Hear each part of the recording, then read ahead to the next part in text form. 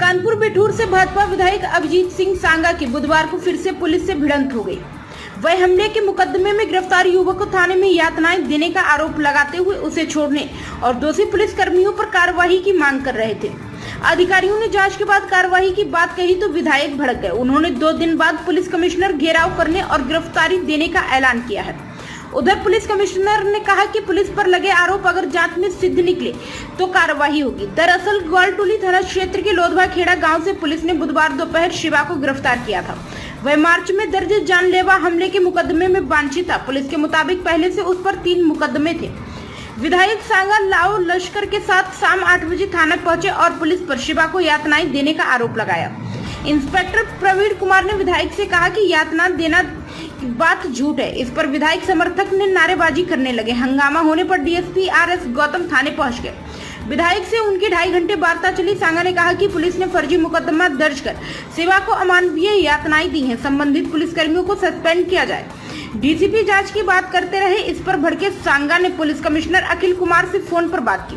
उन्होंने भी बिना जांच के पुलिस टीम पर कार्रवाई से इनकार कर दिया। रात 12 बजे के बाद विधायक थाने से चले गए। उन्होंने कहा कि पुलिस निरंकुश हो गई है। शुक्रवार को मैं पुलिस कमिश्नर कार्यालय का घेराव करूंगा और गिरफ्तारी दूंगा।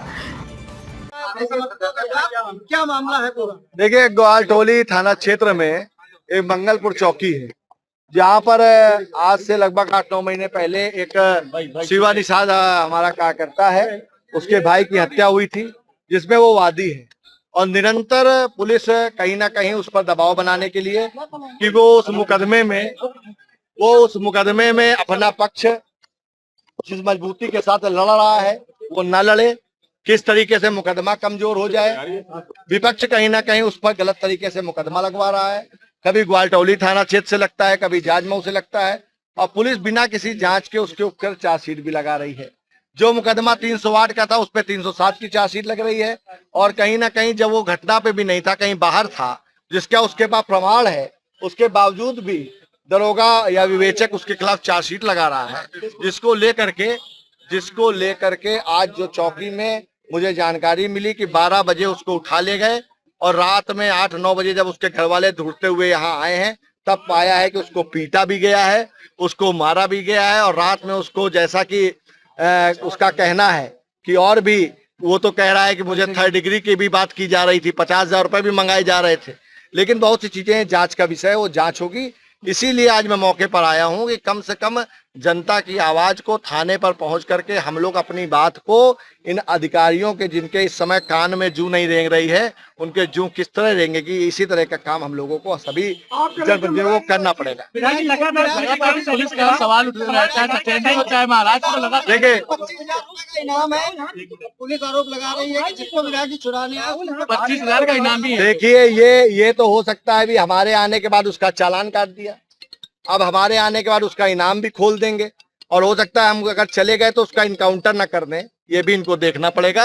ये सब एक जांच का विषय है। ये बड़ी बात नहीं है कि आपको अपनी ही सरकार में 3 घंटे से ज्यादा थाने में हो गए हैं और अधिकारी अभी तक नहीं। देखिए, ये और आपकी बात ऐसा नहीं है, सरकार का विषय नहीं है, ये एक तंत्र है। ये भ्रष्टाचारी अधिकारियों का एक तंत्र है, जिसको तोड़ना जनता की, हम सब की जिम्मेदारी है। मैं पहले एक जनप्रतिनिधि हूँ, मैं जनता का सेवक हूँ, और जनता की लड़ाई के लिए मुझे थाने तो छोड़िए, जहां तक भी जाना पड़ेगा मैं जाऊंगा। अभी तक आपकी मांगे पूरी नहीं है, आगे क्या करेंगे आप?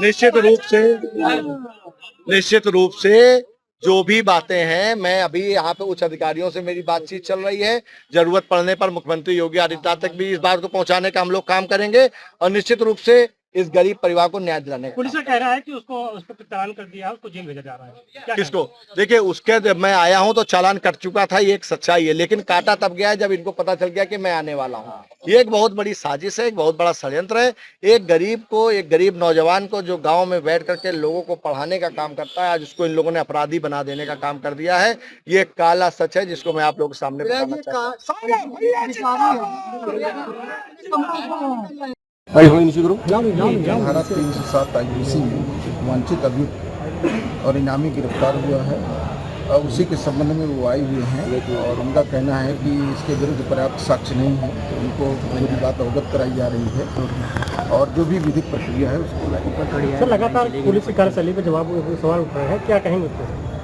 निश्चित रूप से जो भी है पारदर्शिता के साथ, पर्याप्त साक्ष्य के साथ और मजबूती के साथ कार्रवाई की जाती है। किसी निर्दोष के विरुद्ध किसी भी प्रकार की कोई कार्रवाई नहीं होती। अभी पूरे घटनाक्रम में पुलिस का क्या फैसला है? शिक्षक है, ऐसे में उसके ऊपर दबाव था और 6 महीने से उसकी FIR निकाली जा रही थी, CDR निकाली जा रही थी। उसका कहना है कि मेरा आधार ही नहीं है, तो ऐसे में इसको किस एंगल पर वो जो भी एप्लीकेशन देंगे उसकी ACP रैंक के अधिकारी से उसकी जांच करा ली जाएगी। जो भी तथ्य पाए जाएंगे उसके अनुरूप कार्रवाई। सर फिलहाल अभी क्या फैसला लिया गया है इस पूरे प्रकरण पर? इस पूरे प्रकरण पर जो है जो भी अभियुक्त गिरफ्तार हुआ है उस पर विधिक कार्रवाई होगी। सर 4 घंटे से विधायक अपने साथ में थे, तो क्या उनके उनको कुछ पता नहीं कानून के विषय में क्या है? उनके जो क्वेश्चन हैं, क्वेरीज हैं, उनको दूर किया जाएगा और निश्चित रूप से उनको बताया जाएगा। जो भी चीजें हैं उनके संज्ञान में लाई जाएगी। जो पकड़ा गया सर उसको जेल भेजे कार्रवाई से जोड़ा जाएगा, विधायक खुद बोल रहे हैं। जो भी निष्पक्षता है, पारदर्शिता है, पर्याप्त साक्ष्य है, विवेचनात्मक वैज्ञानिक विवेचना है, उसके अनुरूप कार्रवाई। सर पकड़ा गया उसको जेल भेजा? ठीक। जो व्यक्ति पकड़ा गया है उसके लिए क्या उसको जेल भेजा जा रहा है? प्राइम संदेश न्यूज से संवाददाता मयंक सैनी की रिपोर्ट।